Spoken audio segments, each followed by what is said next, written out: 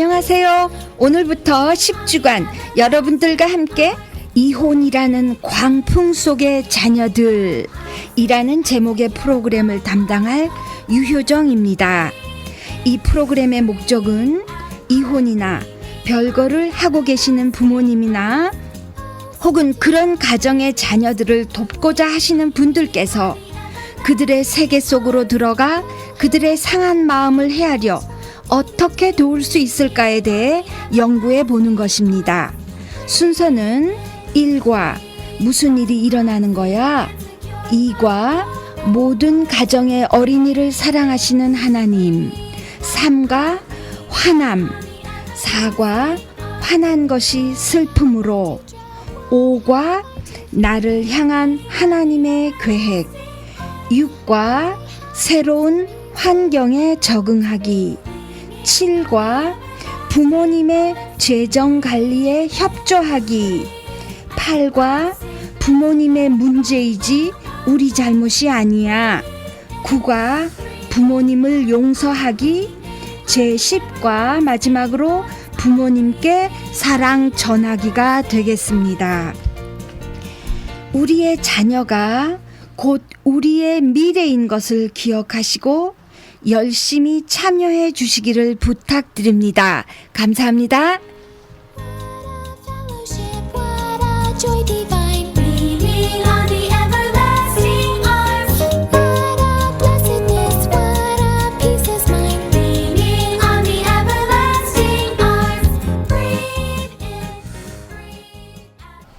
오늘은 두 번째 날, 모든 가정의 어린이를 사랑하시는 하나님에 대해서 30분간 여러분들과 나누겠습니다. 이 과의 목표는 뭐냐? 어린이들에게 모든 가정에 각각의 상황이 서로 다르다는 것을 알게 하고 한 부모 가정도 건강한 가정으로 설 수 있다는 것을 알게 하는 것입니다. 또 성경적인 목적일 것 같으면 이혼 가정의 자녀들로 하여금 엄마나 아빠가 떠나가고 또 그들이 자녀들을 실망시켰을지라도 하나님께서 그들의 부모님이 되어달라고 부탁할 수 있다는 것을 자녀들로 하여금 알게 하는 것입니다. 자, 지난주에 했던 것처럼 이번 주도 그 스토리 타임을 먼저 갖겠습니다. 이 이야기를 나누는 이유는 우리가 자녀들의 그 삶에 대해서 구체적으로 몰라요. 그러니까 저 경우 저도 지난 14년 동안 이제 혼자 살면서 애들한테 정말 충실하며 그들의 마음을 많이 헤아렸다고 생각했지만 정말 이 글을 읽으면서 말씀드렸듯이 이 글은 Divorce Care for Kids라고 미국 단체에서 만든 것을 제가 번역하고 또 편집해가지고 이 프로그램을 진행하는 건데요. 이 글 정말 읽으면서 그들의 세계에 들어갈 수 있고 그들의 마음을, 그러니까 어린이들의 마음을 읽을 수 있었어요. 좀 지루한 듯 하더라도 그 주위에 어떤 어린이가 이런 환경에 있는 어린이를 도울 수 있을 테니까 열심히 한번 들어보고 그들에게 이렇게 그들의 마음을 헤아려서 그들의 필요를 조금이라도 채울 수 있는 그런 우리 어른들 되기를 바라는 마음에서 한번 번역한 걸 한번 얘기해 보겠습니다. 제목이 내가 둘이라면. 크리스티야, 우리 오늘 좋은 데 가는 거야. 크리스티의 아빠는 크리스티를 산 위에 수련회에 있는데 가자고 하셨어요. 한부모 가족 수련회라고 하셨어요. 크리스티는 한부모 가족이 뭘 말하는 건지 잘 모르겠어요. 아는 것이라곤 이번 주말을 아빠와 보내는 것이고 뭔지는 몰라도 별로 가고 싶지 않다는 것이었어요. 크리스티는 속으로 내가 뻣뻣하게 굴면 아빠가 포기하겠지 생각하는데 아빠는 다시 한번 가자, 재밌을 거야, 거기 애들도 많이 와, 새 친구도 만들 수 있을 거야 했어요. 크리스티는 속으로 아무도 다른 애들은 이혼한 부모의 양쪽 집을 왔다 갔다 하지는 않을 거야. 크리스티는 아직도 엄마 아빠의 이혼에 대해서 속이 많이 상해 있었거든요. 어쨌든 크리스티는 이제 아빠랑 차를 타고 가면서 계속 창밖만 보고 있었어요. 근데 아빠가 소리쳤어요. 야, 여기 왔다. 자, 들어가자. 크리스티는 왔어요? 너무 기다렸는데요. 비꼬듯이 말하면서 발을 질질 끌면서 이렇게 사람들 소리가 나는 대로 아빠와 함께 들어갔어요. 큰 방이었는데요. 방은 멋있게 많은 풍선으로 예쁘게 장식이 되어 있었고 모든 사람들이 먹고 웃으면서 아주 재밌어 하는 것 같았어요. 그때까지는 크리스티는 자기만이 엄마 아빠의 두 집을 왔다 갔다 하며 하니 다른 애들은 즐거워할 그러니까 자기는 엄마 아빠 집을 왔다 갔다 해야 되니까 다른 애들은 뭐 즐거워할 수 있어도 자기는 절대로 기뻐할 수 없을 거라고 생각하고 있었어요. 그런데 잠시 후 어떤 아주머니가 나와서 크리스티와 아빠를 반갑게 맞이했어요. 그때 용기를 내서 여기서 뭐 하는 거예요? 하고 물었더니 근데 잘못 들은 것 같았어요. 좀 잘 들을 걸 생각하고 있는데 글쎄 여기 온 애들은 전부 엄마나 아빠 두 사람 중에서 한 사람하고만 온 거래요. 그래서 크리스트가 다시 물었어요. 여기에 온 애들이 모두 엄마 아빠 한 사람하고만 왔다고요? 나의 부모님도요, 이혼해서 엄마랑 살다가 아빠랑 살다가 왔다 갔다 하는데요. 나는 수영장에 있는 큰 집에서 살았었는데 지금은 아빠는 조그만 아파트에 사시고요. 근데 거기에도 수영장이 있긴 있어요. 근데요, 거기 애들이요, 안 좋아가지고 저는 거기서 수영을 안 해요. 엄마는 동네가 안 좋은 아주 조그만 집에 살아요. 어머, 근데 크리스티는 믿을 수가 없었어요. 오늘 처음 보는 사람한테 모든 얘기를 다 했어요. 그러면서 쑥스러워하면서 그 아주머니를 올려다봤는데 웃으시면서 그렇다면 너는 꼭 필요한 장소에 왔구나. 이 수련회는 한쪽 부모와 사는 아이들을 위한 거야. 아하, 이게 바로 한부모 가정 수련회라는 거구나. 크리스티는 그때 깨달았어요. 그런데요, 크리스티는 아주 재밌는 시간을 가졌어요. 새 친구를 만들었고 늦게까지 안 자고 놀 수 있었어요. 어떤 애들은 엄마와 함께 왔고 어떤 애들은 아빠와 함께 왔어요. 다음 날은 교회 학교 시간이 있어서 재밌는 인형극이 있었고 점심을 먹었는데 갑자기 떠날 시간이 됐다고 해요. 믿을 수가 없었어요. 끝났다고? 크리스틴이 이제 다시 그것서 새로 사귄 친구가 말했듯이 이제 진짜 세상으로 돌아가야 해요. 월요일이 되었어요. 크리스틴은 아직도 주말에 갔었던 수련회에 대해서 생각하고 있었어요. 첫 번째로 자기처럼 한부모 가정 애들이 많다는 거고요. 또 크리스틴은 그 이름이 그렇게 나쁘지 않다고 느끼기 시작했어요. 그리고 오히려 또 그 이름이 좋아지기 시작했어요. 한 번은 엄마 친구가 집에 오셨는데 깨진 가정이라고 말하는데 그게 좀 싫었어요. 자기는 자기네 가정을 깨진 가정으로 부르는 게 아주 정말 싫었어요. 그래서 이제 크리스티는 엄마한테 그 친구를 만나면 한부모 가정이라는 말이 있다는 것을 좀 알려주라고 말해야겠다 생각했어요. 또 크리스티는 그 수련회에서 만났던 여러 애들에 대해서 생각해 보기 시작했어요. 어떤 애들은 엄마랑만 사는데 한 번도 자기 아빠를 보지 못했다고 해요. 또 어떤 조그만 여자애는요, 아빠랑 사는데 엄마는 기억을 잘 못한다고 했어요. 또 그리고 어떤 애들은요, 그 부모랑 살 수 없어서 할아버지 할머니랑 산대요.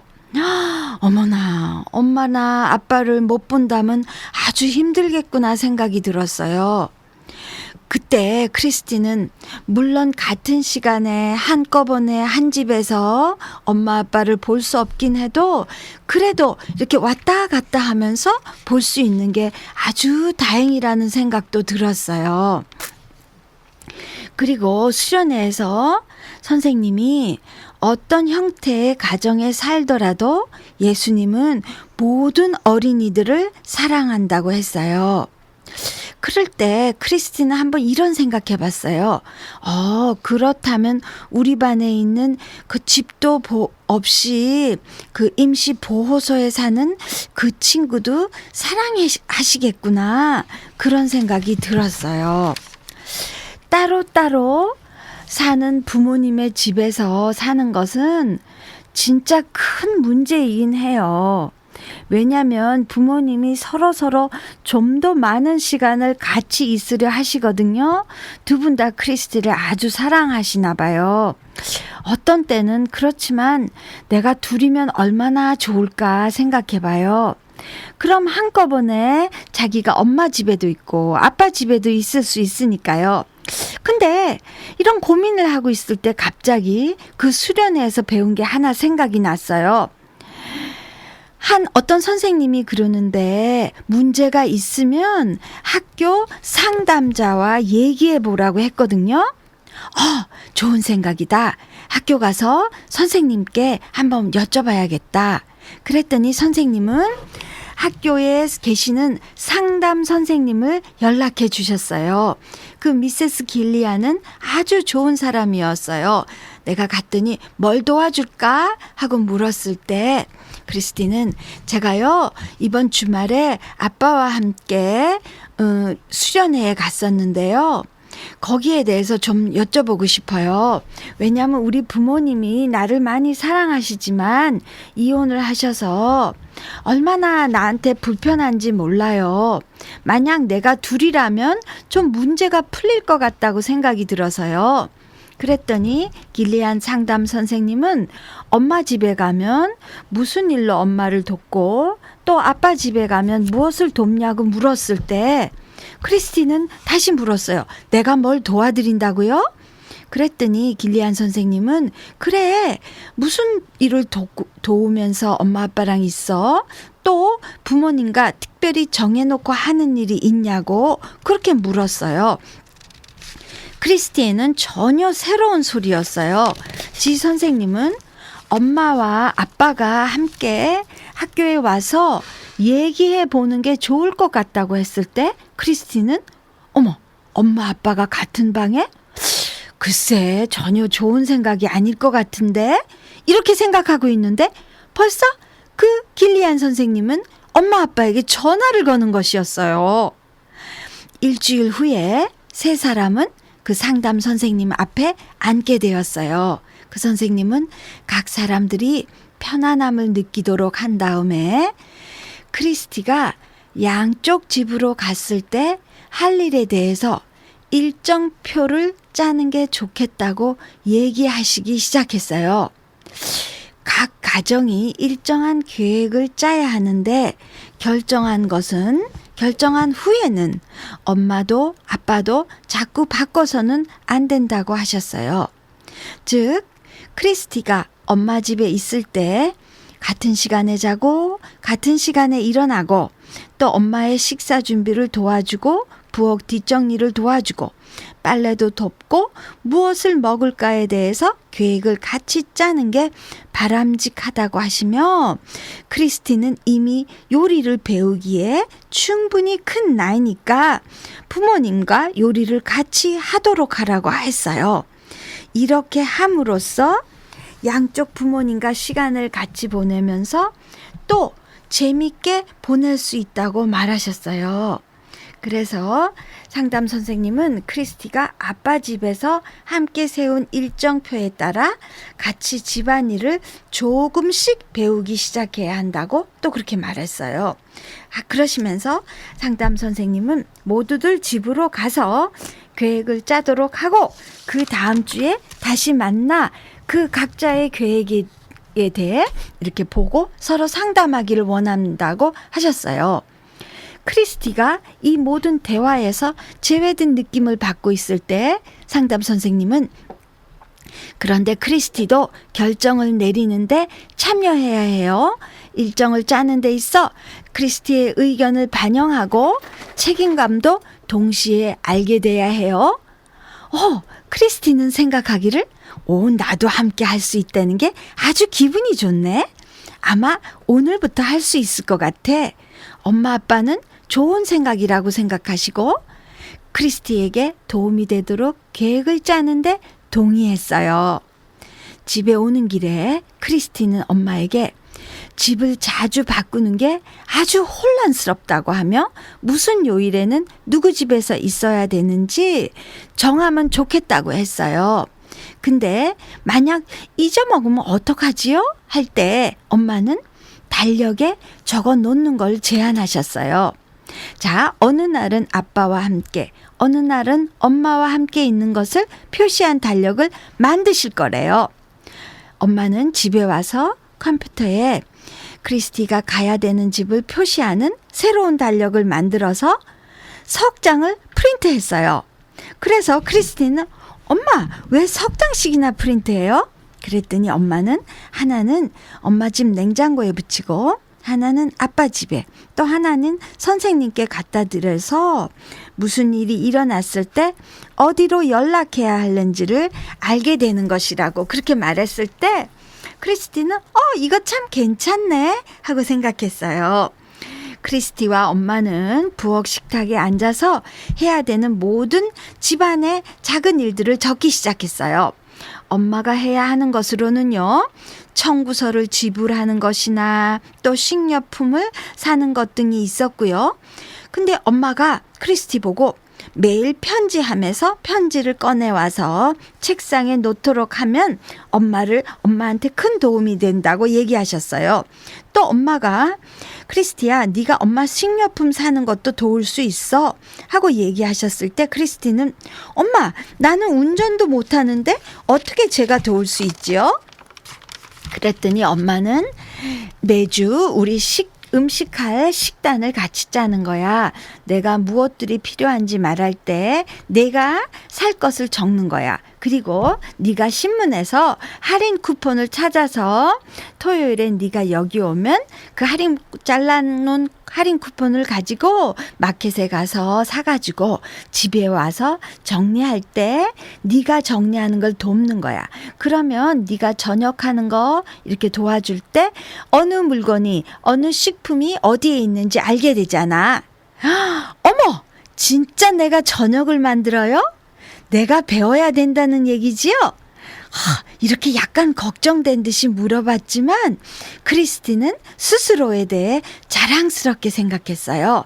그러면서 학교에 가서 친구들에게 이젠 내가 음식도 할 수 있게 됐다고 말할 것을 생각하니 아주 어른이 된 것 같은 느낌이 들며 아주 기뻤어요.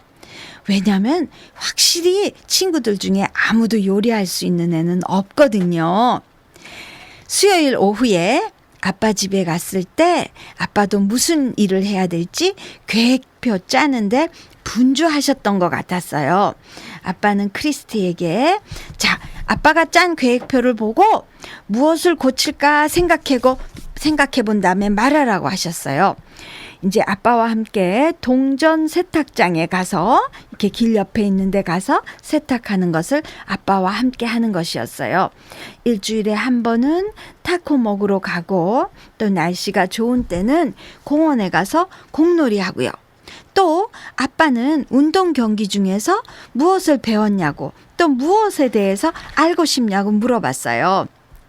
아빠는 토요일 아빠 집에 왔을 때 운동에 관한 것을 하는 것이 좋은 생각이라고 하시면서 신문에서 운동판에 대한 것을 이렇게 스크랩 해가지고 같이 공부하자고 그랬어요. 그럴 때 크리스티는 내가 남자애들에게 운동에 대해서 말하게 되면 여자애들이 다 부러워할 거야. 신나겠는데? 크리스티는 아빠에게 엄마 집에서 자기가 해야 될 것에 대해서 얘기했어요. 엄마 집에서 음식하는 것을 배운 다음에 아빠는 잘 음식할 줄 모르니까 아빠 집에 오면 내가 음식을 해드릴 수 있을 거라고 말했어요.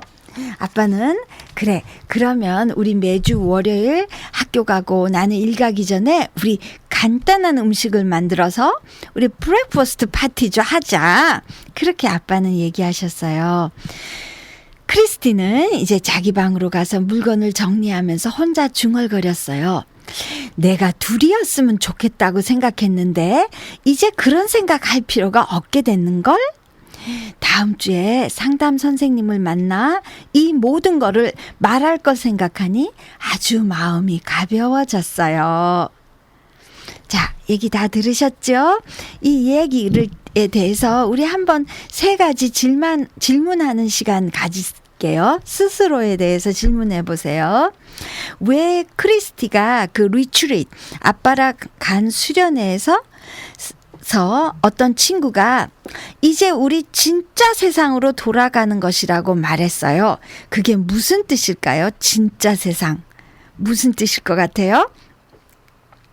제 생각은 아마 이제 엄마 아빠가 이혼했기 때문에 다시 왔다 갔다 하든지 뭔가 외롭고 슬프고 속상한 그런 세상. 이제 친구들하고 비슷한 환경에 있는 친구들하고 서로 막 재밌게 있는 시간이 아니라 그런 좀 어려움 속으로 가는 시간. 그렇게 얘기한 거겠죠. 그러니까 애들한테는 아직도 많이 슬픈 세상, 그걸 얘기하는 거겠어요. 그 다음에 2번째 질문하면 크리스티는 학교에 가서 친구들에게 무엇을 말하고 싶었을까요? 아까 계속 얘기했죠. 친구한테 애들은요. 그 애들은 그 자기랑 비슷한 나이의 애들하고는 이렇게 자랑하고 싶은 게 많아요. 그런데 얘는 속상했겠죠. 자랑할 게 없어졌어요. 이제 큰 집에서 엄마 아빠랑 살다가 엄마 아빠가 따로따로 살림이 나니까 아빠랑 조그만 아파트에 살고 엄마 집에 가면 동네가 안 좋은 조그만 집에 살아야 되고 또 하나도 자랑할 게 없는 것 같으니까 학교 생활도 재미가 당연히 없었겠지요. 그랬기 때문에 얘는 그렇지만 그 상담 선생님의 아이디어로 엄마 집에 가서 음식하는 것도 도와주고 자기가 뭔가를 이렇게 편지하면서 꺼내오고 이런 거를 이렇게 시키게 함으로써 스스로에 대해서 이제 어린이가 아니라 이제 성장하고 뭔가를 책임지는 그리고 뭔가 할 수 있는 사람이 됐다는 거에 대해서 기뻤던 거죠. 또 아빠가 운동에 대해서 막 그냥 하루하루 그냥 보냈을 텐데 이제 따로 만났을 때 운동에 대해서 공부하고 운동을 보고 그러자고 했잖아요. 그러니까 이제 남자애들한테도 나는 운동 이런 거 야구 경기 볼 줄 안다? 축구 경기 볼 줄 안다? 그럼 자랑스럽잖아요. 그러니까 그런 거에 대해서 크리스티는 막 얘기하고 싶었으니까 이제 새로운 자부심이 생겼던 거죠. 자, 또 얘기 중에 마치 어른이 이제 3번 질문이에요. 마침이 어른이 된 느낌이라고 얘기했어요. 그건 무슨 소리일까요? 애들은 왜 자기가 큰 거 같으면 굉장히 이렇게 자랑스러워 하잖아요. 그러니까 자꾸 애들에게 기쁨을 줄 수 있는 요소를 찾자는데 요지가 있었던 것 같아요. 이 어른이 된 느낌이란 것은 이제 막 여자애들 쓸데없이 조숙해서 그냥 화장이나 하려고 그러고 그런 게 아니라 긍정적인 의미에서 어린애처럼 그야말로 부모님이 해주는 대로 다 먹고 자고 하는 게 아니라 자기 할 일 찾아서 책임 있게 살아가려고 하는 그런 거를 배운 그런 느낌, 그런 뜻이 되겠지요. 네. 자, 이 글을 본 후에 저의 개인적인 느낌은 정말 맞는 얘기라는 거예요. 저 경우 딸 아이들에게 늘 미안한 마음이었어요. 왜냐하면 아빠랑 한 지붕 밑에 그렇게 살지 못하게 하는 게 결국은 2사람이 살았으니까 제가 늘 얘기했듯이 50%는 책임져야 되니까. 그러니까 애들한테 늘 미안한 마음이라 늘 애들한테 뭘 시켜본 적이 없었어요. 그냥 저 혼자 다 하려고 했었어요. 그래도 하나님 은혜로 첫째, 둘째, 막내는 잘 컸는데 셋째는 글쎄 이렇게 병 치레를 많이 해서 그런지 하여튼 방도 생전 안 치우고 저한테 아주 무례히 굴고 그러는 걸 보고 암만 기도해도 바뀌어지지가 않더라고요. 그럴 때 정신이 번쩍 났는데 이렇게 라디오 방송에서 그 트랜스포메이션이라고 특별한 자녀 교육 프로그램에 대해서 이렇게 얘기하더라고요. 그러니까 트랜스포메이션, 변화라는 얘기지. 그러니까 문제의 아들을 어떻게 부모가 대할 것인가에 대한 그런 이렇게 교육 패키지가 있었어요. 그래서 그걸 오더해가지고 특별히 열심히 공부를 해봤죠. 그랬더니 거기서 부모가 아주 펌한 거, 그러니까 엄격한 거, 나이스한 게 결코 좋은 게 아니라는 거예요. 그렇게 엄격하게 할 일을 시키는 것이 애들도 더 좋아하고 교육적 효과가 있다고 그렇게 나오는 거예요. 그래서 뒤늦게 그렇게 해봤더니 저희 딸아이가 훨씬 좋아지더군요. 그것처럼 이 이야기에서 이렇게 애들이 양쪽 부모 집을 왔다 갔다 하는 자녀들에게는 그저 저뿐만이 아니라 부모들이 그저 미안한 마음에서 애들한테 그저 뭔가를 해주려고만 하는 그런 경향이 많은 거예요. 그저 어떻게 돈으로 어떻게 그저 이혼해서 돈은 다 쪼달리는데 더 쪼달리는 환경에서도 어떻게 뭔가를 해주려고 그렇게만 하는데 그거보다는 할 일을 정해서 스스로에 대해 의젓함을 느끼고 보람을 느낄 때 오히려 애들이 이혼의 슬픔으로부터 벗어나는 것을 도와주는 계기가 될 수 있다는 거죠. 자, 다음으로 성경 이야기 시간을 갖겠는데요. 제가 이 두 번째인데, 그러니까 이 첫 번째 얘기는 이제 어른들이 이혼하신 부모거나 혹은 그런 이혼한 가정의 자녀에 대해서 사역하셔야 되는 분들이 그들의 마음속으로 들어가는데 보탬이 될 수 있는 이야기고요. 그 다음은 성경 이야기 시간으로 그런 아이들에게 직접 이 성경 이야기를 가르쳐 줌으로 해서 하나님이 함께 하신다는 것을 알려주는 그런 시간이 되겠어요. 자, 처음으로 드릴 얘기는 뭐냐면 마태복음 19장 13절에서 15절 말씀이에요. 제가 읽어볼게요. 이런 식으로 아이들에게 이렇게 얘기해 주시면 돼요. 여러분들이. 사람들이 예수께 어린이들을 데리고 와서 손을 얹어 기도하여 주시기를 바랬어요. 그런데 제자들이 그들을 꾸짖으면서 아이고 우리 선생님 바쁘세요 했어요. 그랬더니 예수님께서 말씀하셨어요. 어린이들이 내게 오는 것을 허락하고 막지 말라. 하늘나라는 이런 어린이들의 것이다. 그리고 어린이들에게 손을 얹어 주신 후에 그래 가벼운 기도를 해주셨겠죠? 그런 다음에 떠나셨어요. 이 성경 말씀을 읽어주면서 애들에게 이제 예수님께서는 어린이들을 제일 사랑하신다 그렇게 얘기하시는 거예요. 자, 우리 자녀들에 대한 얘기를 조금 더 들어가 볼게요. 자녀들에게는 가정이라는 것이 그들이 아는 전부예요. 그들이 처음으로 알기 시작한 것이며 가장 의미가 깊은 기억의 세계인 것이지요. 그렇죠?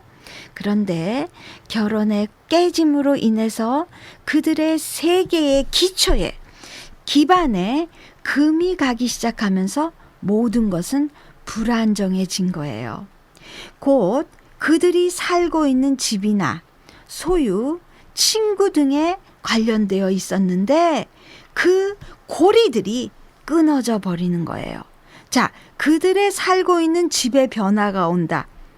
이게 그렇게 안 할 수 없나? 이혼 직접 안 하신 분들 그렇게 얘기할 수 있어요. 그런데 제가 이혼 세미나에 가서도 첫 번째로 경제 문제에 있어서 첫 번째로 얘기하는 게 누구나 이 부부가 갈라지면서 살던 집이나 아파트나 그 환경을 유지하고 싶은 게 다 누구들의 소원이에요. 그렇죠? 그렇지만 첫 번째로 얘기하는 게 경제적인 부담이 이 눈처럼 커지게 되면 더 힘들어지니까 이혼했을 때 정확히 처분할 것 처분하라. 첫 번째 게 집으로 들어가는 게 되죠.